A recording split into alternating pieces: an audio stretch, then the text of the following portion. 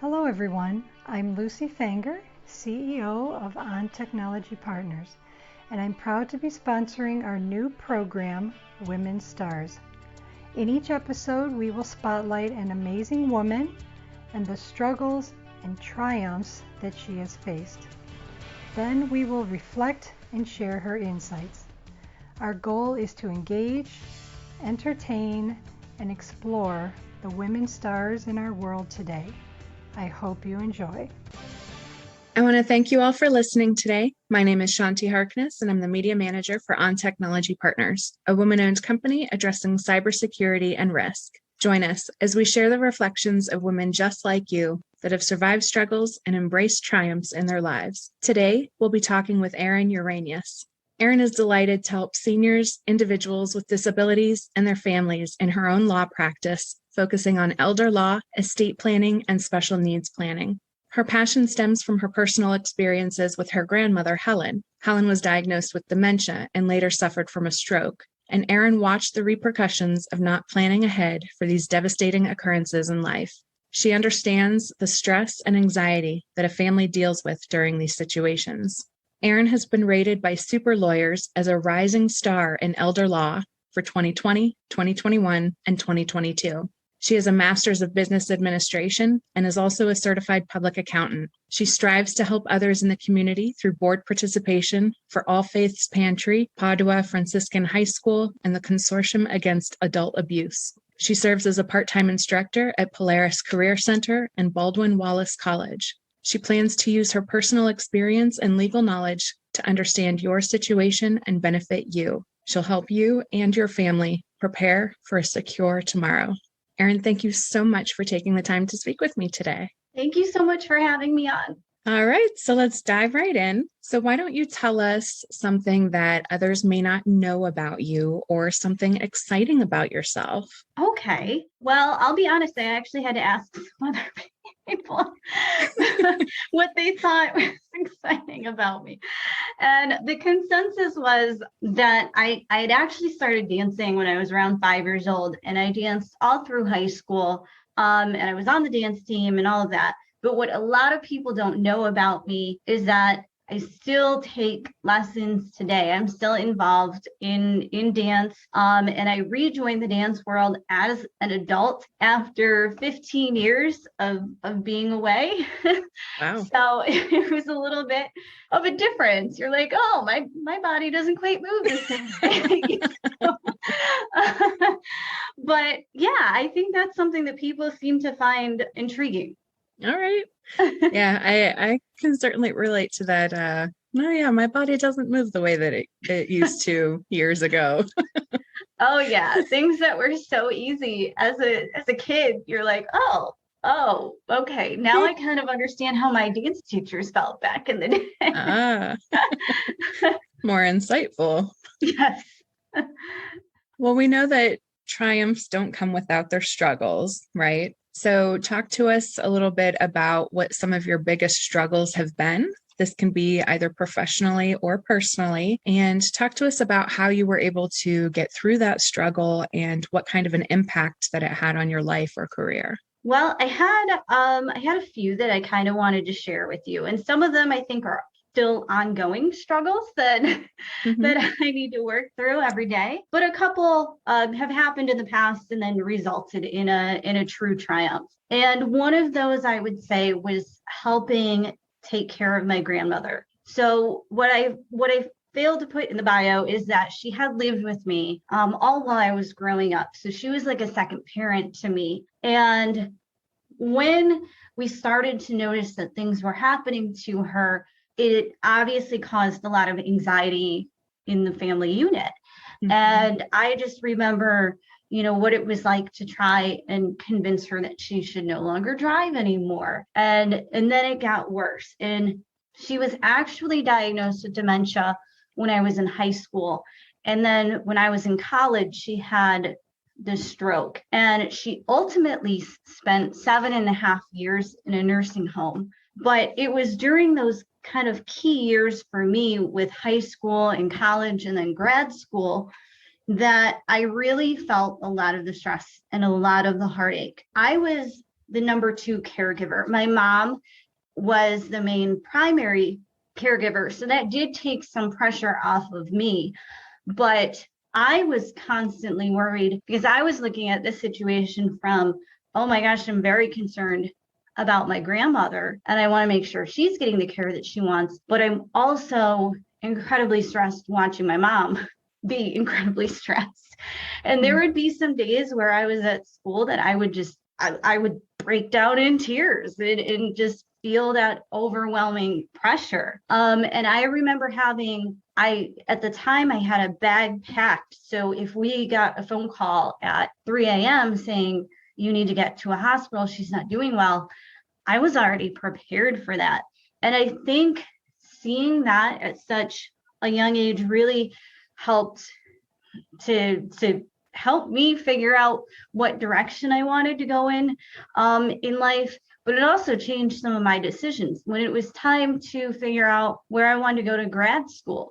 I wasn't really looking to move out of state. I knew I wanted to be near here. I wanted to be near her. So that struggle and that constant kind of thinking of, I want to be supportive to my family, really did create some hard decisions for me to make.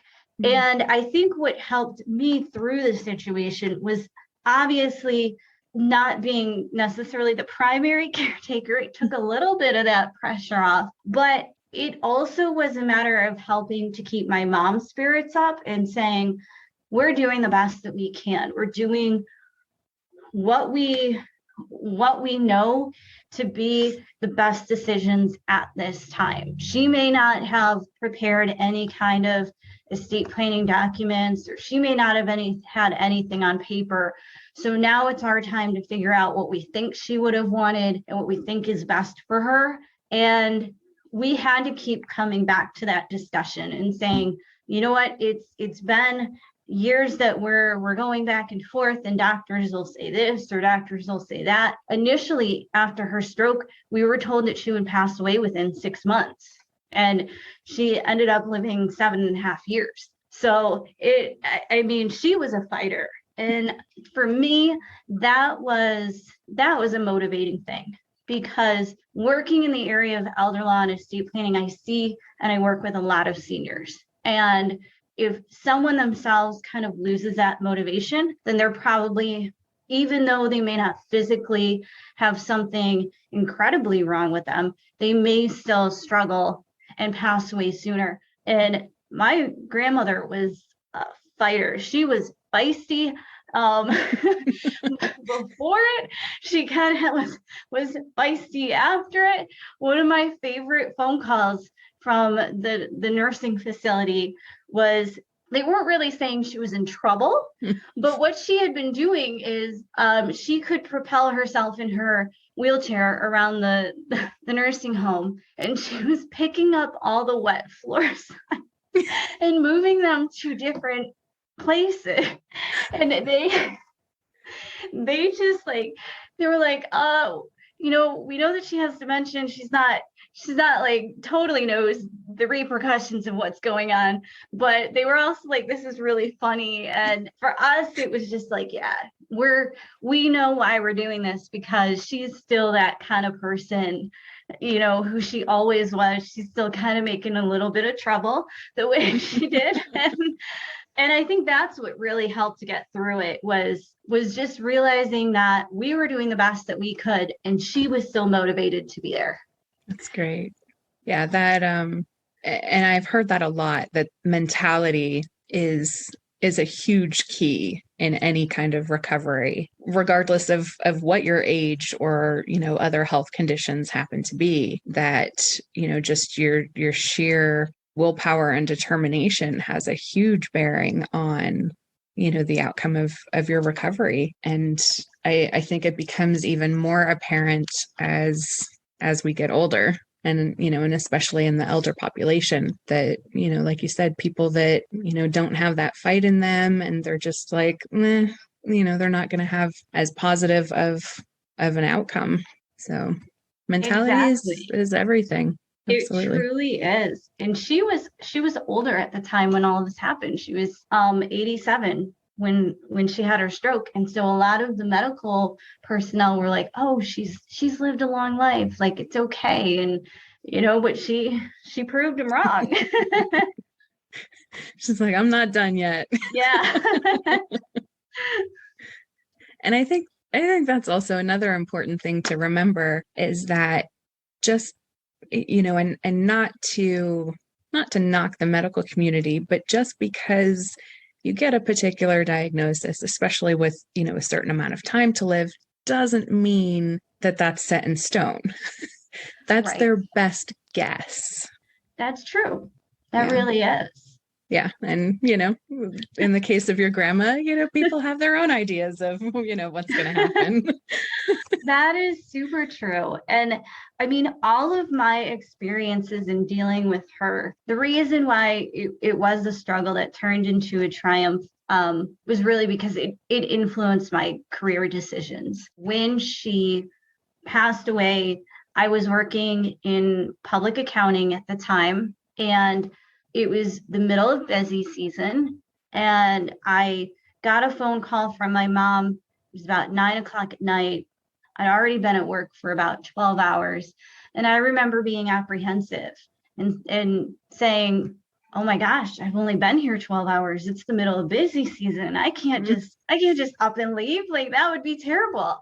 And luckily I had some coworkers who knew how important she was to me and said, you really need to go. Like, there's something about this, because I did have a feeling we'd have received the phone call so many times, but it just felt like this was different. And they could sense that. And they were like, you need to go. The very next day, she ended up passing away. And for me, just seeing kind of what happened after that was a very much of a wake-up call. And I realized that why was I kind of working in a career where my passion wasn't totally in doing corporate taxes, surprisingly enough. And I realized after that, they say, don't make any big decisions after a big life event, but I did. And I realized I wanted to work in elder law, and that's really where my passion was. And my passion was helping the families that had been very similar to my own family. And to the seniors that were very much like my own grandmother. And that all of those years of being stressed and worried and all of that, I felt I could finally kind of move in a different direction and use them in a very positive way. So, Erin, did you have any tips or tricks or any kind of methods or practices that you used to help you get through those stressful, challenging times? Whether it was, the challenging times with your grandmother or, at any other point in time? Yes. One of the tips that I've come to realize, especially with some of the other struggles that I faced in my career, whether it was leaving kind of a toxic work environment or just trying to get some negative comments and thoughts out of my own brain. I'm someone who tends to, I could be told 10 nice things, but that one negative thing I take in and I hold on to it. Yeah. So one of my tips is that I have to first recognize that I'm in a downward spiral. And I try to be self-aware when I'm starting to get snippy or angry with someone who really doesn't deserve it whatsoever.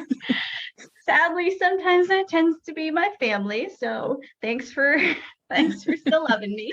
But after I kind of realized that I'm in that mode where I'm trying to push through and it's just getting to a breaking point, that's when I usually stop and I'm saying, okay, I need to listen to my own mind, my own body, and figure out what's the next best thing. Is that getting outside and getting some fresh air and taking a walk? Do I need to go to the gym?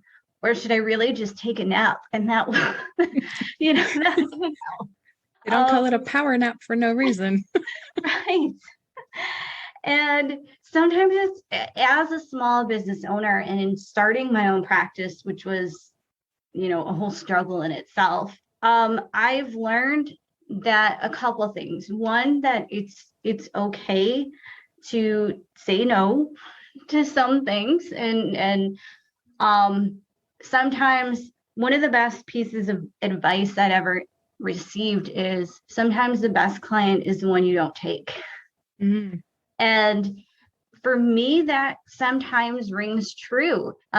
Estate planning is a very personal process. And if I'm not the right fit for that person, or I feel they're maybe questioning what I'm saying, they don't necessarily have that trust element there, then it's not going to work out for either one of us. And I've learned that I need to be able to say kind of no. And that helps me get through those hard times, because I'm realizing this isn't the right fit for me.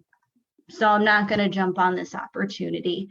The other ways that I get through those hard times is by having my own practice. I am able to have a lot of flexibility in my practice.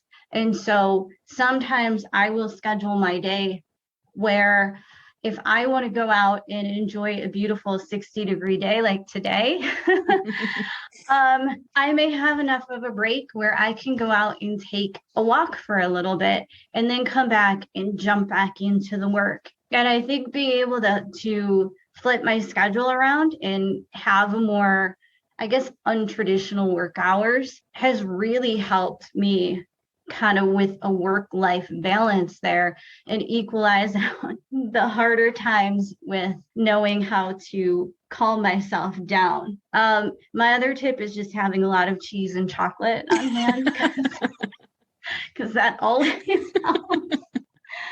But I think it's also just taking that step back and looking at myself and saying, look, I've done a lot of things to this point. I've had a lot of accomplishments. I may be going through a rough patch right now, but based on my history, I'm still going to do more good and do more things in the future. And it's hard to sometimes want to look at those achievements and actually remind yourself of that.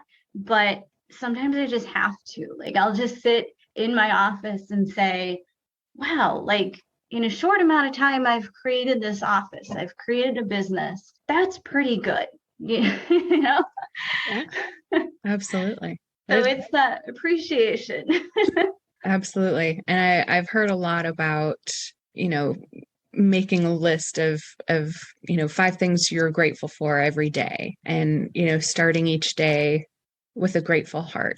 And it really does make a difference. It completely shifts your perspective and your outlook on things. And it, at least in my experience, helps you to reprioritize things and to focus more on what's really important rather than stuff that our restless mind tells us is important, but that really isn't. True. Very true. And I love that you mentioned a little bit earlier in your response about learning to say no, because I think that, especially as women, is something that a lot of us struggle with. Is, we want to say yes to everything, and we want to be helpful, and we don't ever want to, say no to anybody or to disappoint anybody. But, really, there's only so much that we can put on our plate before it starts overflowing, or, we drop things, and then it just creates a mess. And then, then it takes even longer to clean up and to fix things. And so you're really no better off. So yeah, that learning to say no is definitely a big key. It helps me be a better lawyer. It helps me think more clearly. It helps me figure out strategies for my clients. If I can take that time for myself, or just not overburdening my schedule, then I'm going to be better for everybody that I am working with. So I 100% agree. If everybody could learn to say no a little bit more, it would help. Even just a little bit. Yeah.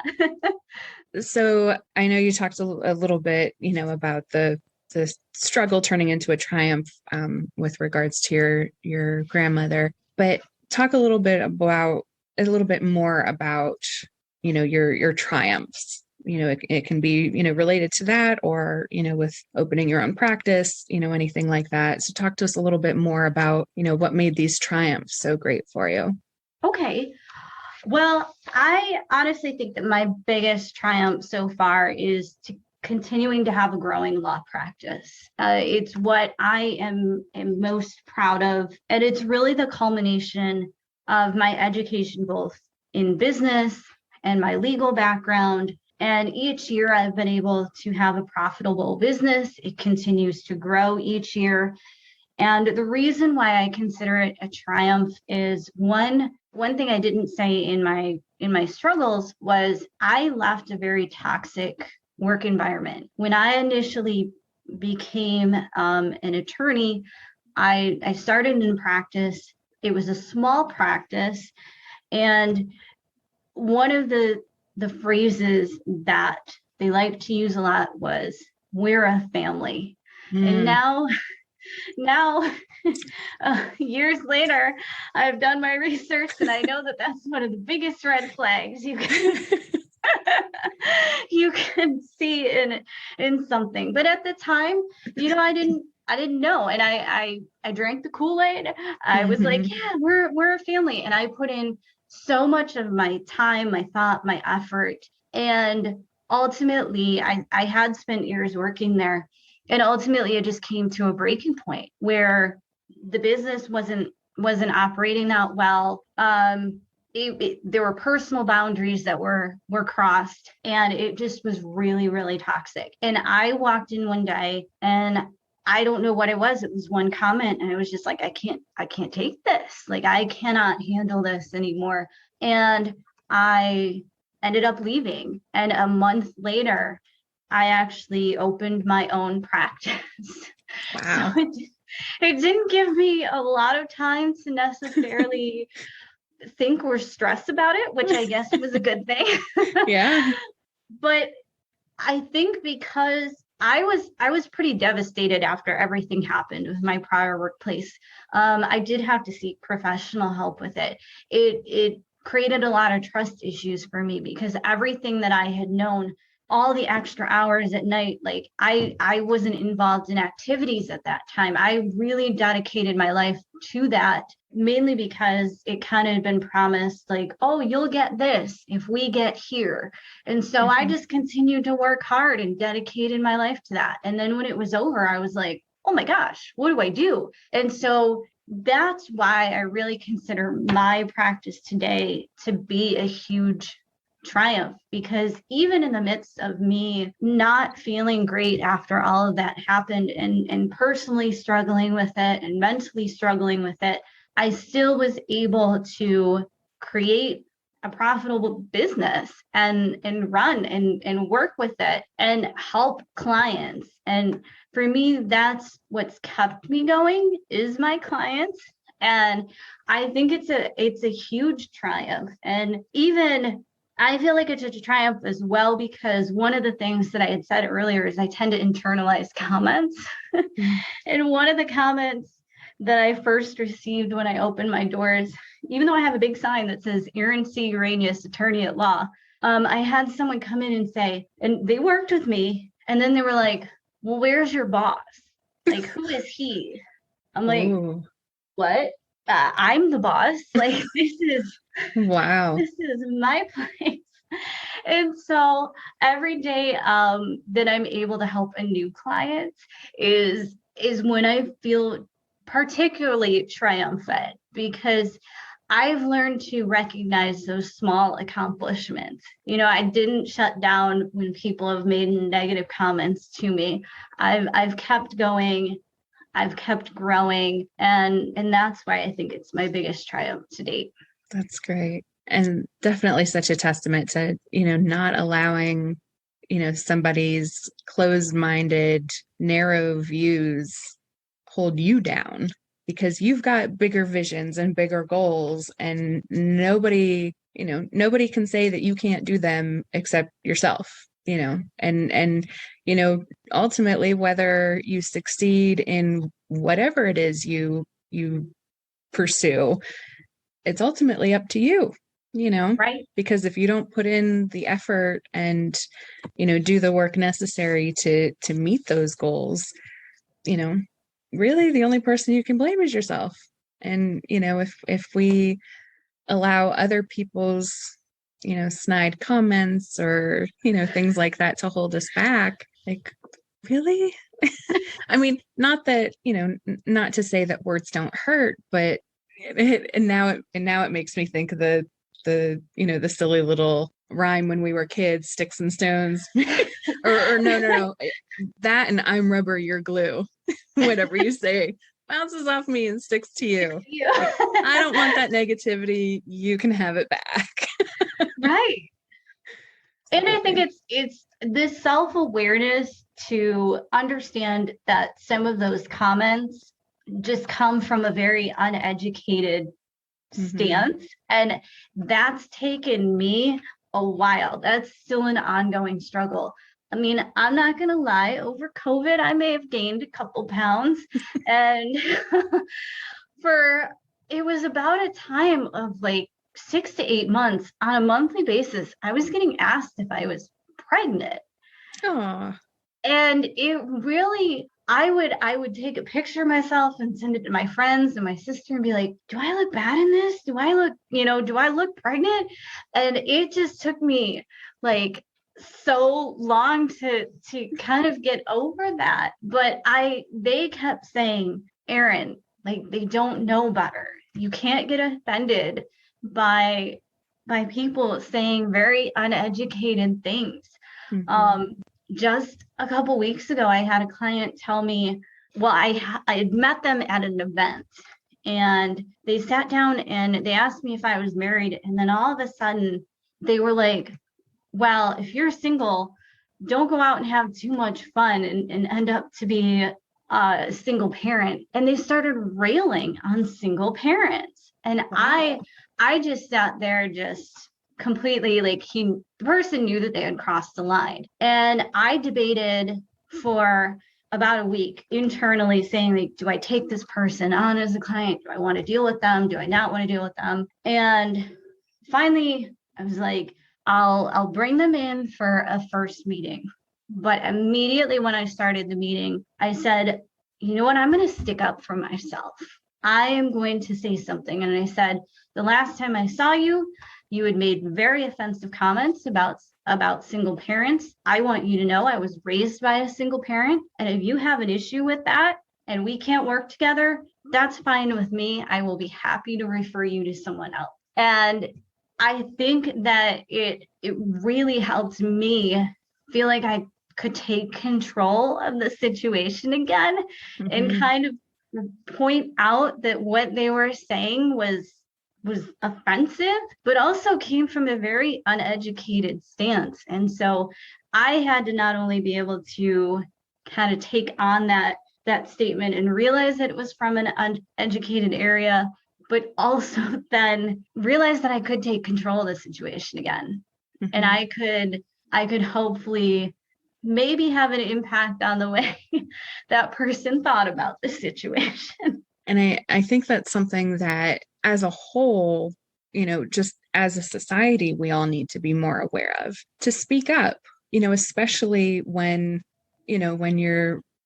somebody's saying something that is clearly not true or accurate, or, is coming from a place of ignorance or fear, or, whatever it might be, that we have a responsibility to speak up and to correct that, in a respectful manner, like you did, with that couple.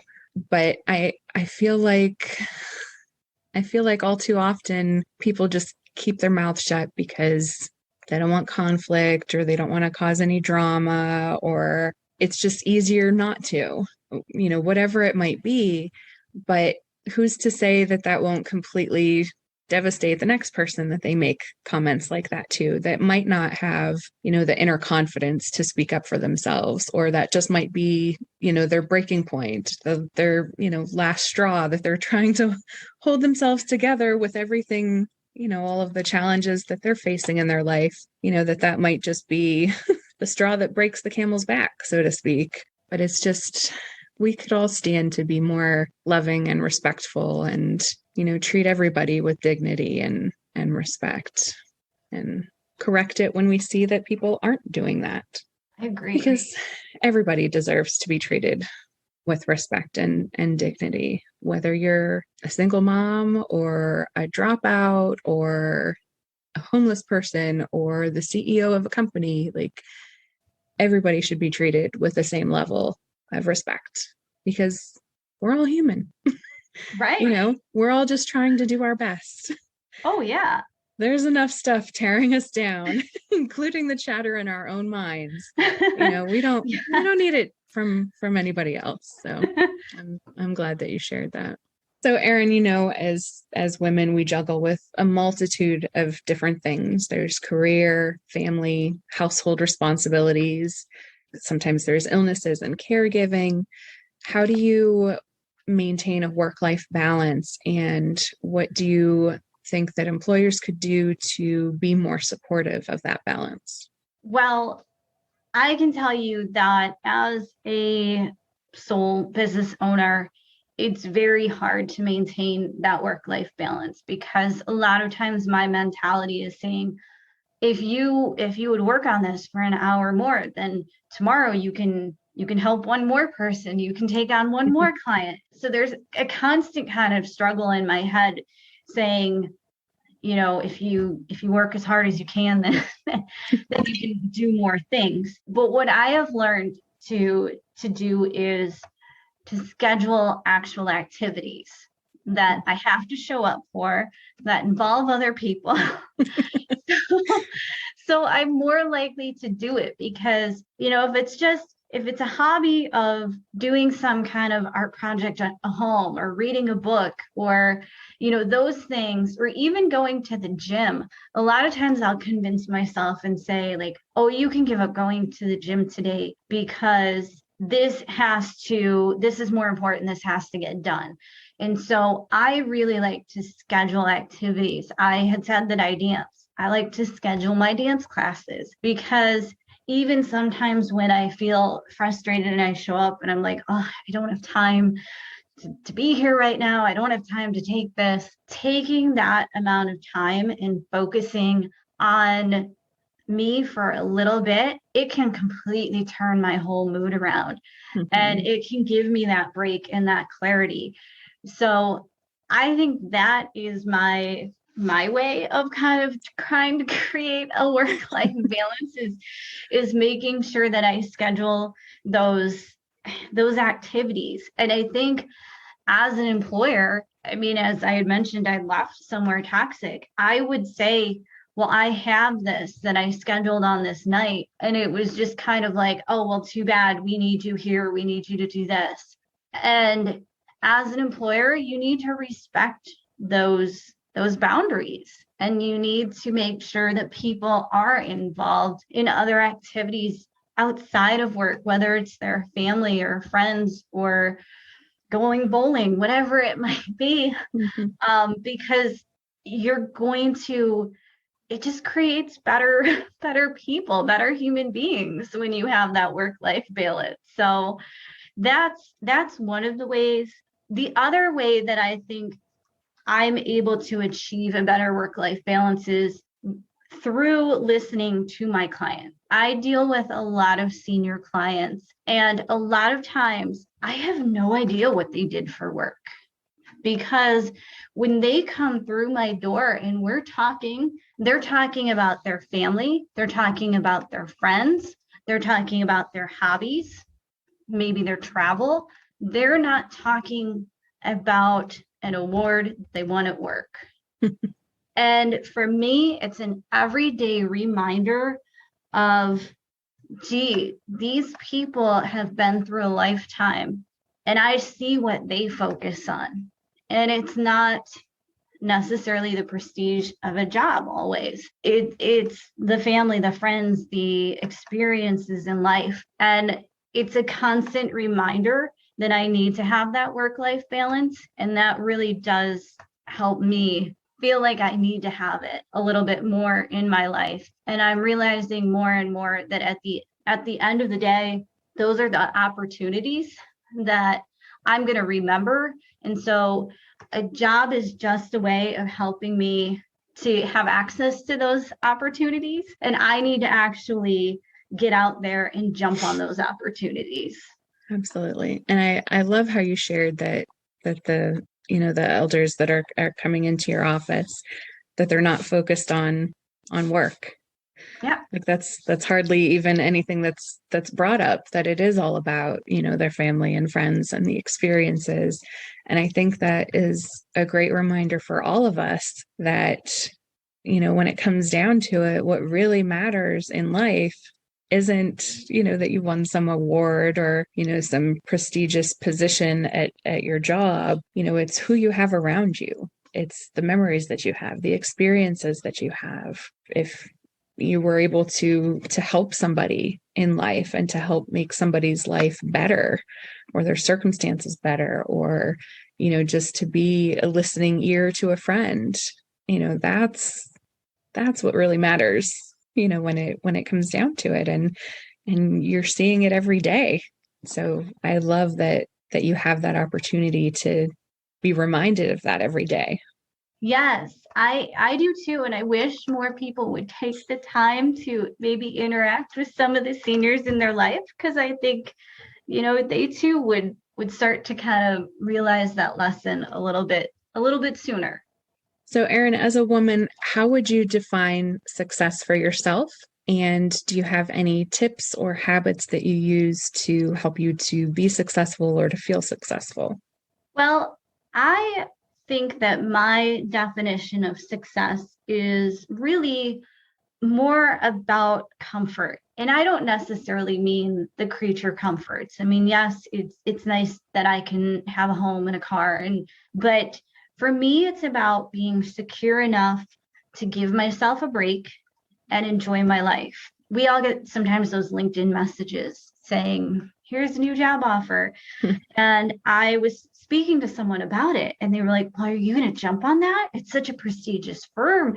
You'd make good money and you could have so many more opportunities. And I just laughed, and they didn't understand it. And I've been very lucky to learn that by having my own business, I can make a good salary and I can have flexibility to enjoy life.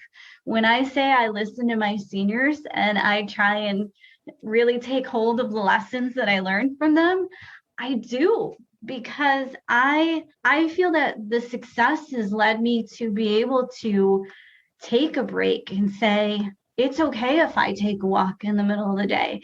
Like, it's okay if I take a Monday off or take a Friday off and extend my weekend a little bit. That, to me, having that flexibility and having that comfort in my career and where I'm at in life, that to me is success. That's wonderful. Thank you so much for sharing that.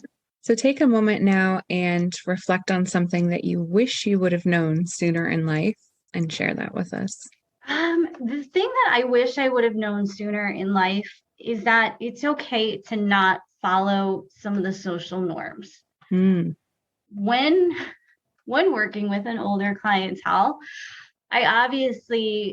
they sometimes have different opinions about different things. So considering the fact that I'm still unmarried, I'm a female who has my own business, sometimes those are viewed as untraditional steps in life. Mm-hmm. And I think for myself, it's been a learning curve. Instead of feeling like I'm behind the ball because I don't have kids yet or I'm not married, I've learned to realize that it's okay that I don't have those things. I chose a different path. I'm climbing my own mountains. I'm looking for what's right for me. And sometimes we're made to feel like it might make you less of a person to not have those items in your life. And I want more people who maybe are following that untraditional path to realize it doesn't make you less of a person. And you can certainly find like-minded people to surround yourself with. And I wish I could go back and tell my younger self that, because I think it would have saved a lot of anxiousness and a lot of heartache or feeling left behind. Excellent reflection, which takes me into my next question is, what advice would you give to young women that are just beginning their careers, or perhaps women that are thinking about changing careers? The advice that I would give to someone who is beginning their career is, especially if you're in school, focus on what you think you want to do. So, do the internships, get the scholarships or the accolades. You obviously want to do those things because you'd want to get hired in the area that you want to be in, but don't be so focused on it that you don't have time to explore other avenues, because it's highly likely that your first career very well may not be your last career. You have to be open to that. And I can attest to that. I started off in accounting. I took accounting classes in high school. I was awarded the business award in high school.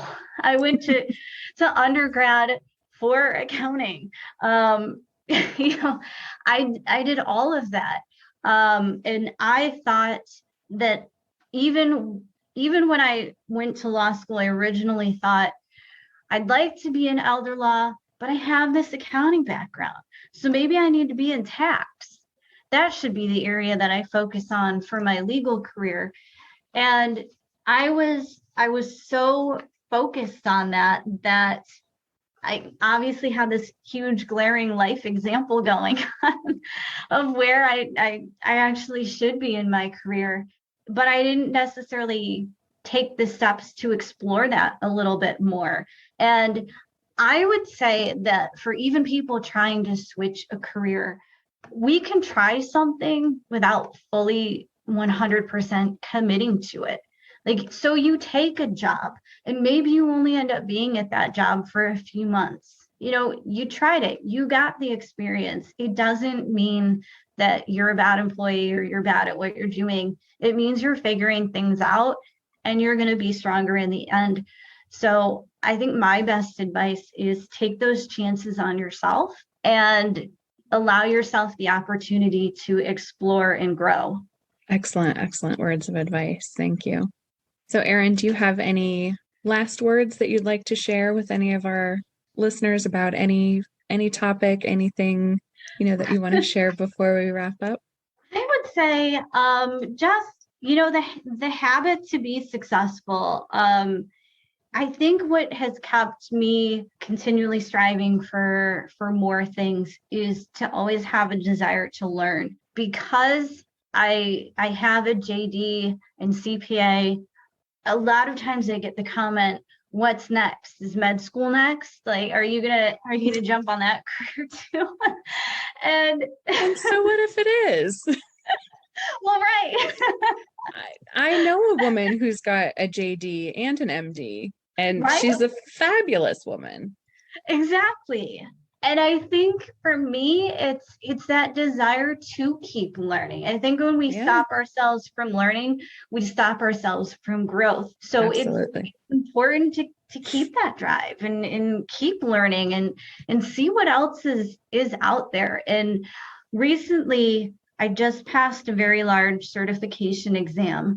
I can't necessarily call myself completely certified yet, just because there's still a few more steps of getting an application in that I need to do. But I've already kind of said, okay, I conquered that. What's next? How can I dig deeper into what is out there and how can I help more people? And I think it's having that drive to always be curious and keep going. Mm-hmm.